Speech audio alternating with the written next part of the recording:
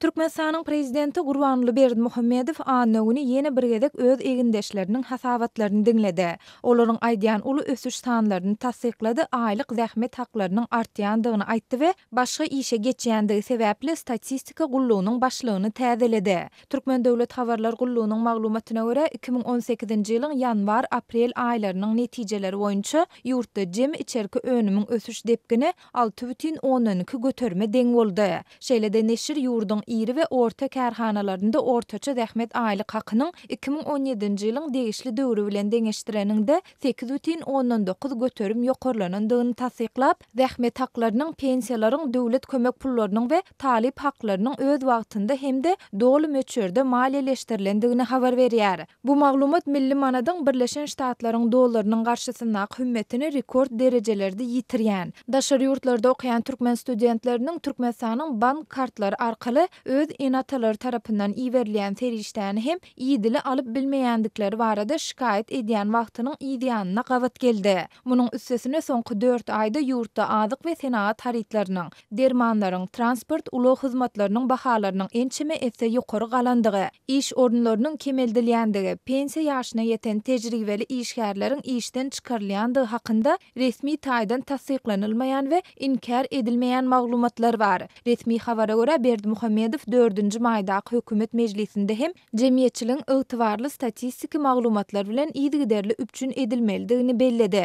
Döwlet derejesinde dolandyryş çözgütlerini kabul etmek üçin destine maglumat statistika seljermesiniň ylmy usuliýetiniň esasynda öz wagtynda toplanan dogly we anyk statistika maglumatlaryň bolmagy zerur şert bolup durýar diýip döwlet eýçiligindäki medeniýet prezidenti sitirleýär. Megerem şu talaby ödemändigi üçin aýna öräýi we statistika baradaky döwlet komitetiniň başlyklygyndan boşadyldy we onuň ornuna komitetiň başlygynyň ornwatary bolup işlän Halyk Durdy Gurbanov bellenildi. Resmi düşündürişde öräýwanyň başga işe geçendigi aýdylýar ýöne haýsy işe geçendigi aýdyňlaşdyrylmaýar. Prezident Berdimuhamedow adatça hökümet mejlisinde getirilýän şol bir wagtda döwlet statistika gullugy tarapyndan tasdiklanýan uly ösüş sanlaryny açyk şüphe ýa-da sorag astyna almaýar, emma onuň hökümet derejesinde tasdiklanan uly ösüş sanlaryna garaman bir wada iki ornwataryny çalşyrýan halatlary hem bolýar. Bu geçen ýylyň aprelinde hökümet başlygynyň Nevitga senaty we owa hojalygy pudaklaryna gödekçilik edýän ornwatarlary işden boşadylanda hem şeýle boldy.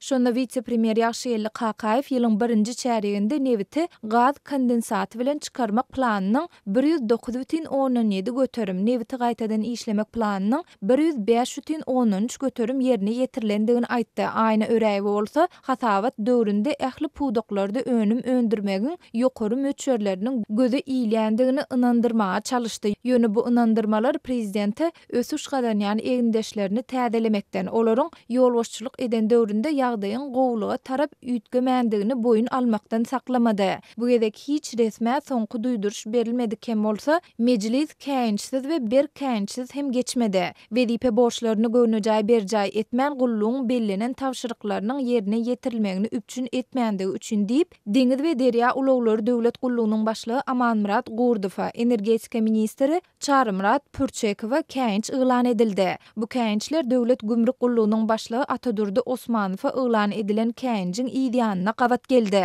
Türkmenistanda garaşsyzlyk ýyllarynda prezidentiň karary bilen jogapkär wezipelere bellenilen we soňra wezipe borçlaryny talaba laýyk ýerine ýetirmendikleri üçin diýilip, bir käýinç soňky duýduruş ýylan edilen wezipeden boşadylan jogapkärçiligi çekilen ozalky resmiýetiň sanynyň ören kändigi çaklanylýar, emma bu barada resmi sanlar ýeterli däl. Başlygy täzelenen döwlet statistika gullugynyň saýtynda esasy ykdysady görkezüjiler, ýurdun ilaz sany, hatda ýurtdaky işsizligiň derejesi barada hem anyk maglumat berilmeýär. Emma 2017-nji ýylyň martynda Azatlyk radiosynyň türkmen hökümetindäki ynamdar çeşmesi Türkmenistanda işsizligiň derejesiniň 60% golaýdygyny aýdypdy.